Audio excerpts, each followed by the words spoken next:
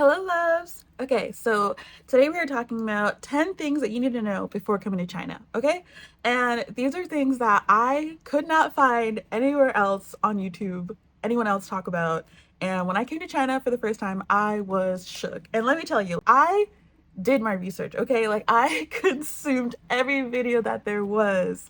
And these are things that, listen, I didn't see nobody talking about. And I was like, why did you not tell me this? So, we're gonna get right into it. First things first. Okay, this one is sort of people talk about, but let me tell you the specifics, okay? So yes, China mainly uses two apps, WeChat and Alipay. These are non-negotiables. You need to get them on your phone.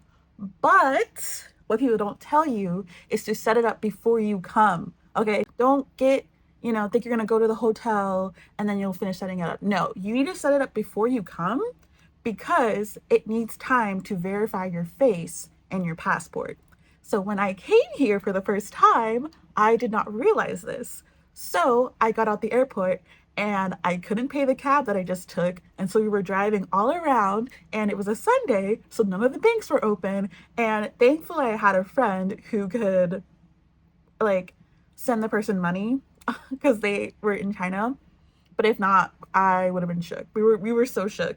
And at the same time, we couldn't order food and you can't pay for food. So we also had to ask that friend to help us get food. So thankfully we had someone here, but if you don't and you get like stuck like that, it was so stressful. It was so stressful, so exhausting. Get the apps on your phone before you come. Make sure that you are able to be verified before you come. Okay? And also, something else I will say is obviously make sure you have a translation app, but you also want to make sure that you have one that has conversation mode, because another thing is that people do not wait. Like, even if you'll be using a phone to translate to them, they will still talk to you in Chinese in normal speed and you'll be just like, what? Like, and I speak some Chinese, okay? Like, and I'm still just like, you see me using a translator. Please type. Please speak to the translator. So you want to make sure that you have one that uses conversation mode. That way you can speak, it can talk out loud, and then you can hand the phone to them and they can speak into it. Because otherwise, it'll take twice the amount of time to get anything done. Number 2, I would recommend using trip.com.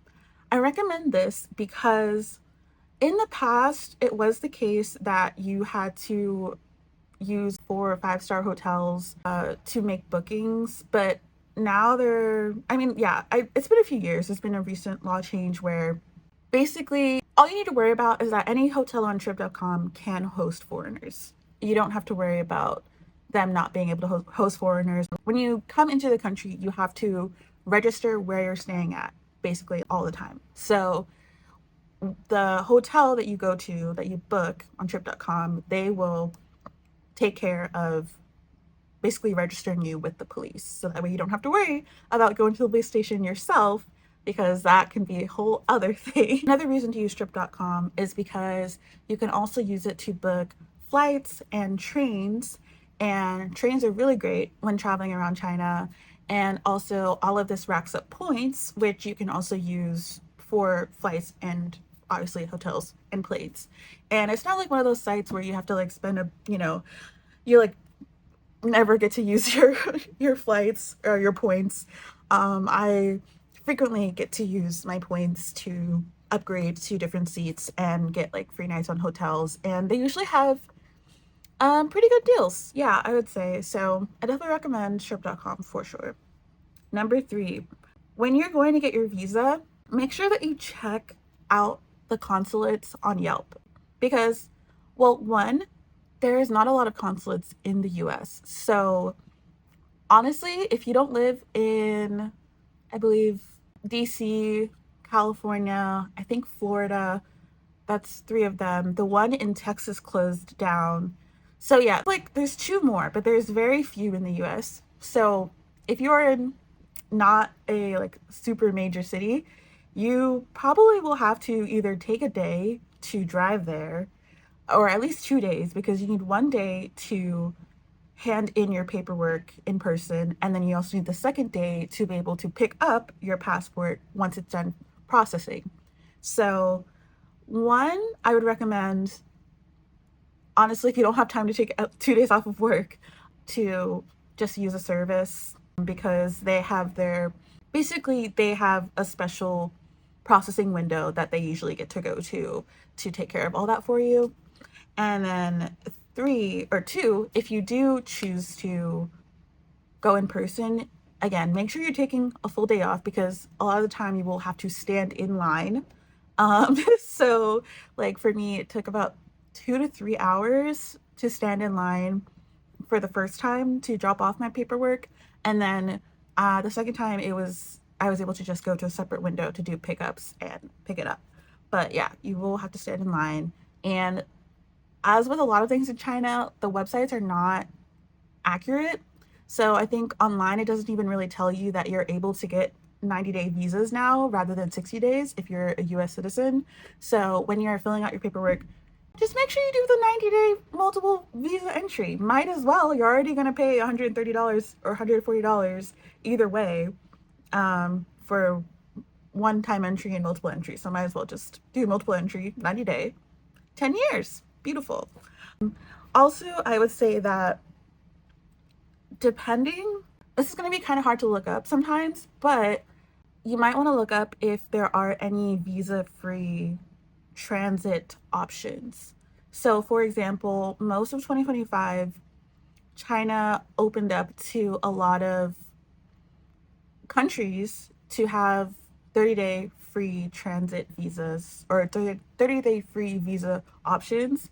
And for example, US citizens, there is a visa free transit option. So you get 10 days in the country to basically, you get 10 days free in the country, but you have to be entering in from one country and exiting to another country. So for example, if you want to you're traveling around Asia, you could come in, fly from the US, enter into China, and then you have to leave from China to another country. You cannot go back to the US. You can go to any other country, Thailand, Vietnam, whatever, but you cannot go back to the US. But if you do this and you, for example, have the time in China up to 10 days, that can be visa-free transit options. So you may also not even have to pay for a visa if you can only take let's say 2 weeks off and you want to split some time in China and some time in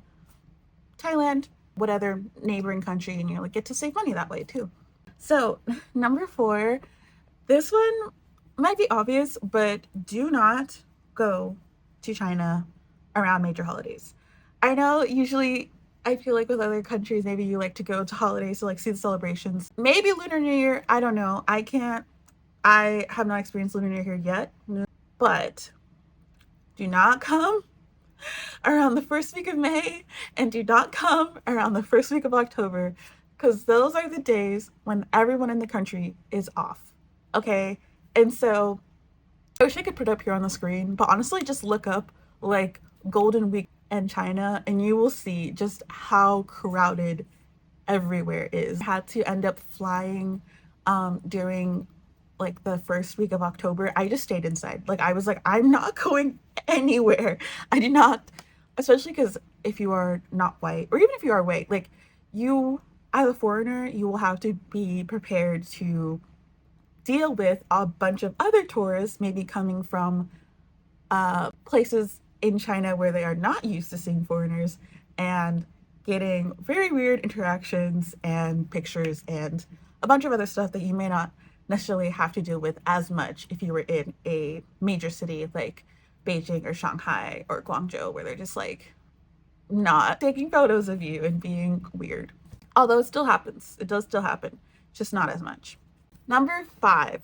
So this one is one that I was not expecting, but if you are fat or tall or just someone who has sensory overload from feeling that you are touching someone else's body when you're sitting in a seat, you really might want to consider first or business class when booking trains or planes.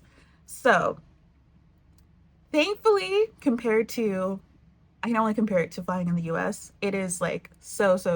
Um, for example, I was flying first class through my set of travels in China. I don't think I paid more than like $120 per ticket.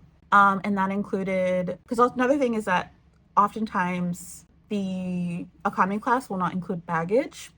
So by the time you add on just like the extra baggage and such, you kind of are already getting up there to the price of a first class ticket versus like in the US, you kind of, there's such a large gap that it really does not make sense. Like, why was my mom looking on at Flights Today and it was like $9,000 for a first class? Like, it is not the same. It is not the same. Like, first class is a lot more accessible if you're coming from, you know, paying Western prices. You will have also a separate entryway.